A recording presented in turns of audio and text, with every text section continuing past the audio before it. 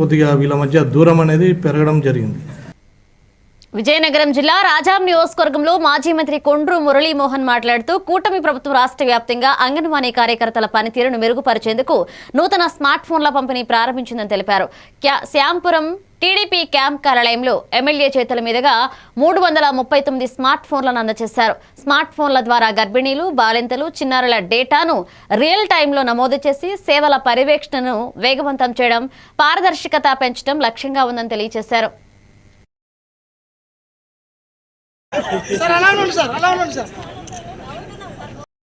నా కుటుంబం, నా పరిసరాలు, నా గ్రామం మరియు సమాజంలో బాల్య వివాహాలు జరగకుండా చూస్తాను. బాల్య వివాహం జరగడానికి చేసిన ఏ ప్రయత్నాన్నైనా పంచాయతీ మరియు ప్రభుత్వ అధికారులకు తెలియపరుస్తాను. బాలల విద్య మరియు భద్రత కోసం నా గళాన్ని వినిపిస్తాను మరియు బాల్య వివాహ రహిత ఆంధ్రప్రదేశ్ సహకారానికి నా వంతు మద్దతు ఇస్తాను.